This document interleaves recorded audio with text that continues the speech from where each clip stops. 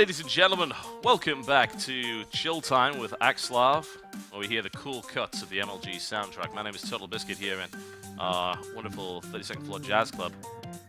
That's right, of course, always trying to mix it up here. Scarlett just won Game 2 against Revival, tying the series up to 1-1. Of course, the loser of the series drops out and has to go through that Challenger division and try to make it into the second season of Premier League.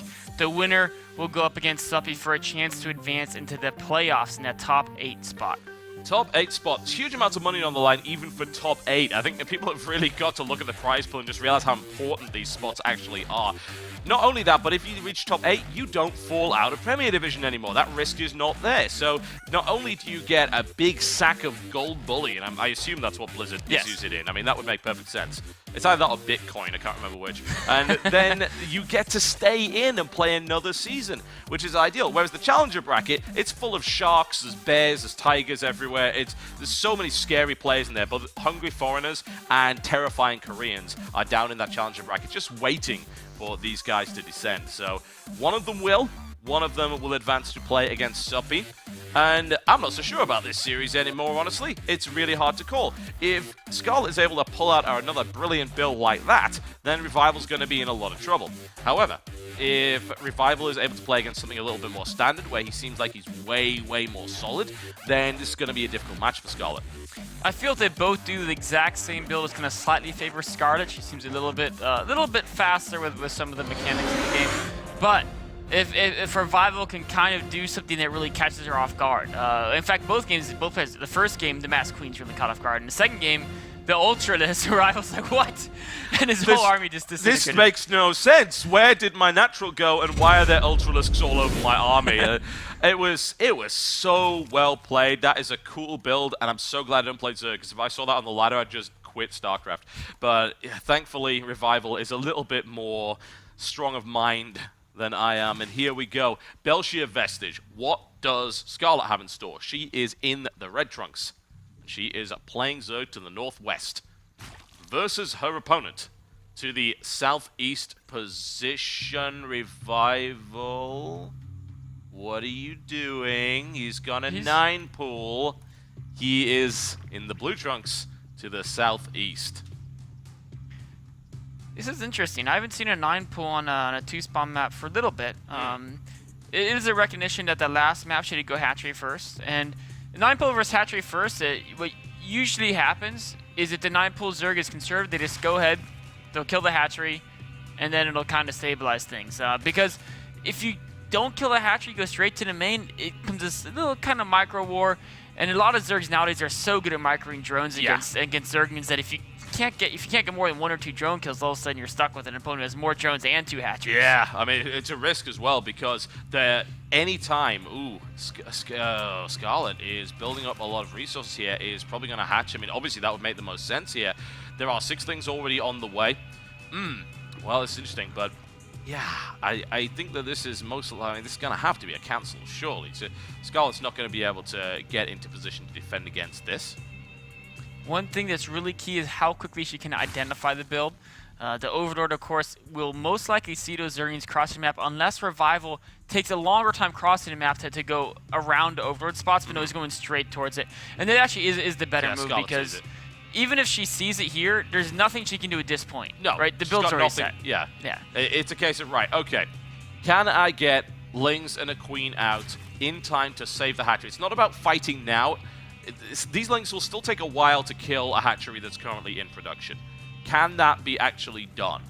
It's a good question. If she saves it, great. I mean, if she cancels it, it's pretty bad, but she does still have that drone lead. The thing is that she's not going to want to cancel it yet, because if she does, Revival goes straight to the main base. That's right. I mean, the hatchery is going to be canceled. As long as Revival goes for which he is, the hatchery is going to die. But like you said, she's going to wait till last second to utilize that cancel. And now we're in a situation where Revival is expanding, so he has a slightly faster expansion timing than Scarlett. But Scarlett's already mining gas, so she'll have a little bit of a tech lead, and she's got a couple extra drones right now. Interesting move here by Revival. Could be an error, actually, but it looks like it's not going to make too much of a difference. There were a couple of Lings that went off to chase the drone, but here it goes. Good start for Scarlett here. Pretty good engagement. Currently 8 Lings to 5. Some spawn. That Queen's about to be out. This is a really good defense here from Scarlett. she did lose 3 drones, which is more than you would normally want to lose if you're already given up the hatchery as well. So, you know, not 100% happy, but she can't be too sad about the way things are. Right now, Could have been a lot worse, right? It could have been. As it is, she's down by 2 drones with a later expansion. But she does have that gas going for her, and she can catch up in drones with the Queen and the Larva Injects, of course. Yes, exactly. So it's an interesting situation. Obviously, that 9-pool build not really necessarily designed to kill anybody, but to put your opponent in a certain position to give you an advantage going into the mid game. Now Link's coming in and looking to engage against this Queen here, and there are not enough Links to do that, certainly. So Scarlett fighting again. Of course, that's a fight that she will lose. Oh, she's trying to pick off the herd Zergians, but it's 4 versus 1. Picks off 1. That's good control here by Scarlett. And if she got a second one there, that would actually be ridiculous. But that's not going to happen. I don't think Scarlett's going to run back here. I wonder if she could make anything out of the speed advantage and the Baneling nest. As you said, there's like... She has the gas, yeah? Yes. She was able to mine gas, and Revival hasn't. That means Banelings are a possibility. Speed is already on the way. So there is a timing where you can really hurt your opponent with that. Oh, Revival's going to get in if he can see the fact she's still mining gas with 3. If he can see the Baneling nest. Really good information for Revival there. Very nice. Even almost picked up a drone. And this is a situation where Scarlett has to decide. Should I try to commit to throwing it all at him, or should I just utilize the fact that, okay, he may have a few drones on top of me right now, but I have total map control. And he's going to have to be scared. He might have to build an additional spine crawler or 2. So maybe I should just go pure drone from here and play, okay, if I can catch up in economy, we're even there, but I still have the faster tech, and I still have the map control. Yeah, I don't really want to see Banelings morphed here by Scarlett because of those 2 spine crawlers. What I do want to see is something like that. That's a neat trick. Being able to move around, she's actually going to get into the main, get as much information as possible. There's no spine crawler there. There's not enough links to really kill the Queen here, but she gets great scouting information. Seeing the fact that he hasn't mined any gas yet this game, he's just about to start mining gas right now, is huge, because she knows there's no threat of speedings, there's no threat of banings, and there's even no threat of roaches in the near future. Those, of course, cost gas as well. They do. No threat of lair, and so she can make nothing but drones. She can go ahead and even take a 3rd hatchery that looks like she's already chosen to get lair and then go up to 4 gases instead. But I think she's going to be very happy with that scout. Yeah, I certainly think so. That was a really nice move there. You might think, well, it would be nice if she kills some drones. Well, yes and no. I mean, in that situation, why take the risk? The scout is more important. Got to see straight up to lair here for Revival. I mean, that's where his first 100 gas went. We're not even seeing speed from Revival yet. So, as you accurately pointed out, Scarlett is under no threat whatsoever. The one thing that she still doesn't know is if he's going to go for roaches or for meatless. Exactly. I mean, she knows he's going up to lair, but it could be either one. Given, you know, how he's been playing so far, she probably is going to assume it's roaches, because every single game is pretty much been roaches. Yeah. But this would be the one game where he might not, though. I mean, she is mining 4 gas, but there is an Evo chamber there as well, so it pretty much will be roaches by the looks of it. Yes, he is going for roaches. She's going for a spire as well as a 3rd hatchery. And, you know, Revival's 3rd hatchery could actually be a little exposed. It's kind of dangerous taking out there. Remember, he doesn't have speeding, so...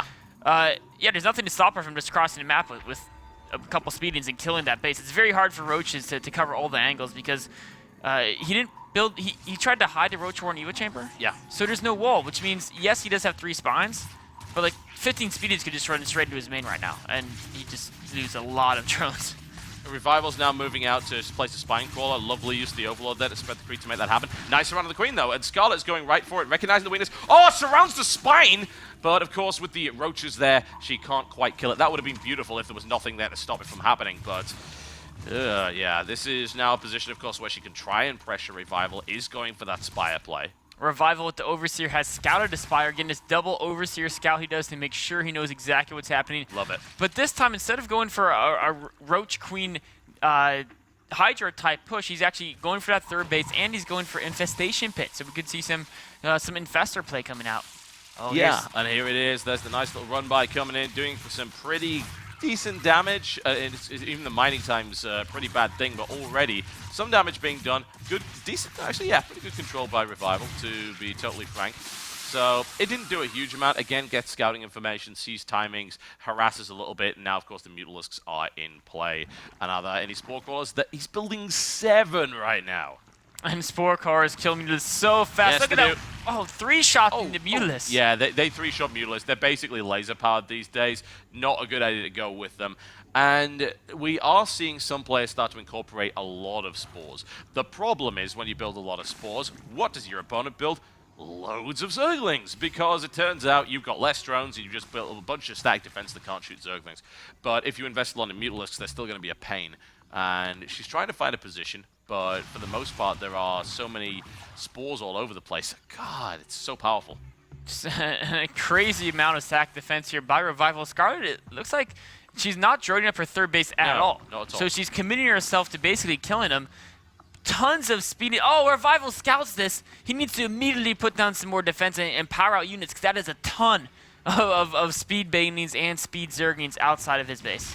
Yeah, and those investors are not going to be ready for this engagement either if Scarlett goes now, and Scarlett definitely wants to. They're not speed banes, actually going in before speed, but the speed completes just as she finishes and engages and is going all the way up the ramp. A lot of banelings have already been killed here, but there are so many Zerglings here. This main is completely... she could kill a lair. What? She's not going. Oh, she's not going to kill the lair. She could have easily killed that with the banings. Instead going for more drones, this is actually good as well. Yeah, she's going for more than that. She's done significant economic damage here. The question, I suppose, is, was it enough to justify the cost of that? I don't know. I mean, she delayed droning her own third for a little while, and Revival has a huge amount of roaches. As soon as he gets... he's actually building a second roach horn. That was interesting. Okay, yeah, I mean, I don't have an explanation for that. Maybe they're just taking my advice. I actually missed. I think that was Scarlett building roach horn. Yeah, that would have been a little odd, but no, they're taking my advice where you build spare Zerg buildings.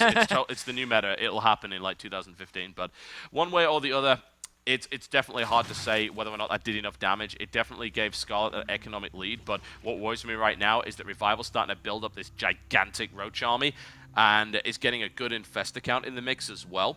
And honestly, what has Scarlett got to face that? Not much.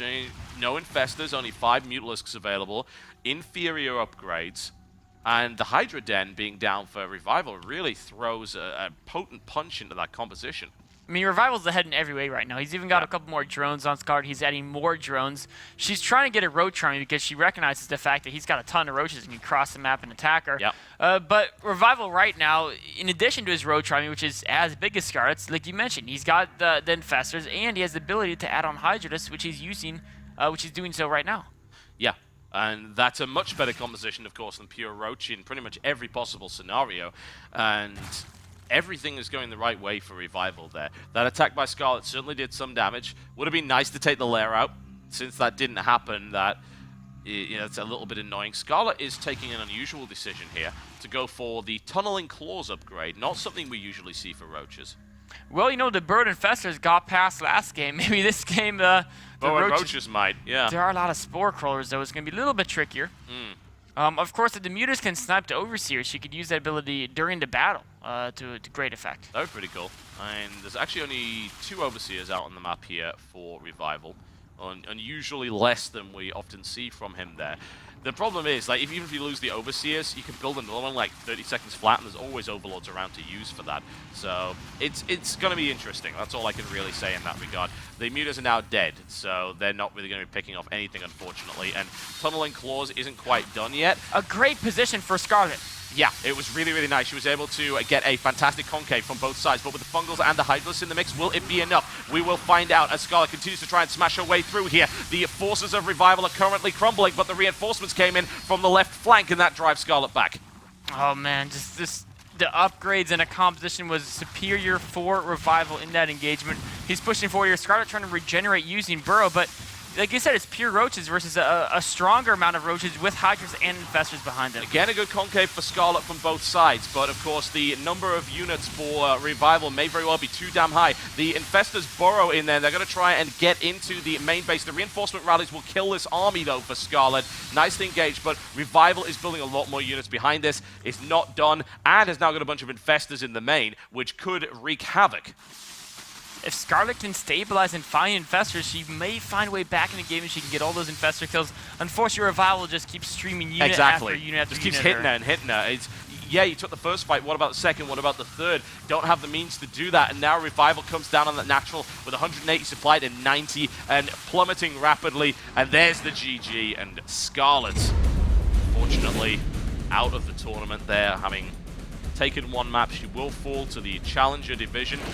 Very tough fight. Great build in Game 2. Revival just too rock solid, though. And Scarlett making some interesting decisions about engagements and when to actually attack and what to try and kill as she went for those big plays. And it just didn't quite pay off.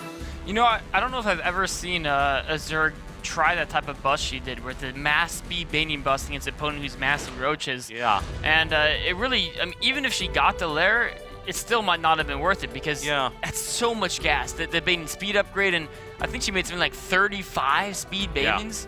And this is all at the cost of never joining the third. So it wasn't just spending the money on the units, you're also losing all the money that you would have been gaining if you were actually building drones and mining third base. Yeah, and what do you gain from it as well? Like, you kill the lair. Okay, so you're not getting mining, but you're also not able to build tech units if you don't have the building already, right? Yeah. But he had all the buildings he needed. He didn't build another tech unit. He already had that infestation bit down. The Hydrodome was already down at that point. So it didn't really make any, you know, even if she had killed it, what difference would it have made? Not a huge amount.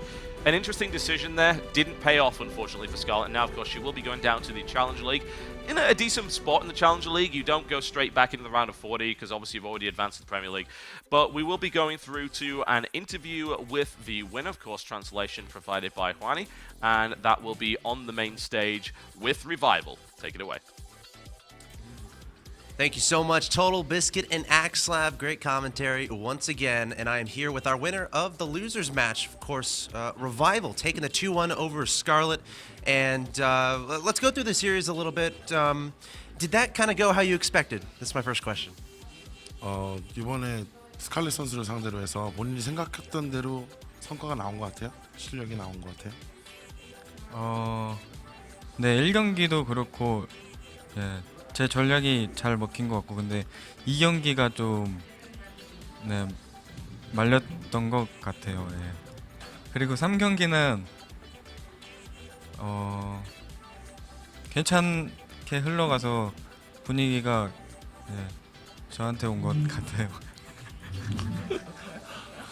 First match, it went pretty well, just like I thought, as I expected. I had a tactic in my mind. It worked out fine.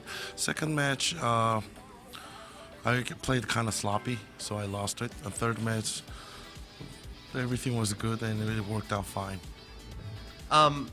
So you tied up the series was tied 1-1. You lost game 2. What went into the decision to 9 pool in that third game? 자, 1대1 상황에서 이제 세 번째 경기 들어갔는데 구못 했어요. 네. 무슨 생각 가지고 구못을 한 거예요? 어떤 그 전략은 원래 구못을 생각하고 한 거예요? 아니면은 게임 들어가자마자 구못 선택한 거예요? 아, 그건 제가 즉흥적으로 아마도 세 번째 판도 15합을 할 것 같아서 빌드를 먹고 들어가자 해서 제가 순간적으로 판단해서 쓴 빌드입니다. Yeah. Scarlett wanted to. I thought she would go to 15 hatchery first.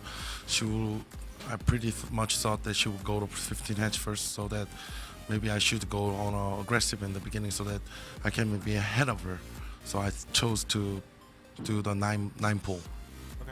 Now you're about to go on to the next match, to be the last match of the night against Suppi, and this is going to be a rematch. You lost in the first match. How confident are you feeling going into this a rematch with Suppi?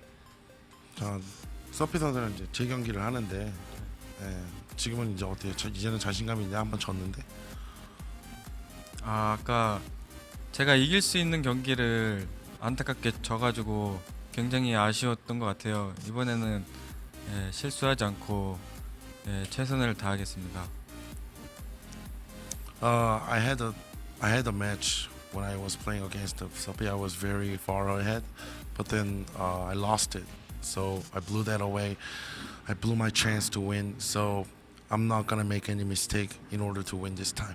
All right, thank you and best of luck. Of course, guys, coming up next, we're going to have Revival himself versus Suppi, the winner. We'll advance to the WCS America round of 8. Guys, stay tuned. Suppi versus Revival coming up next.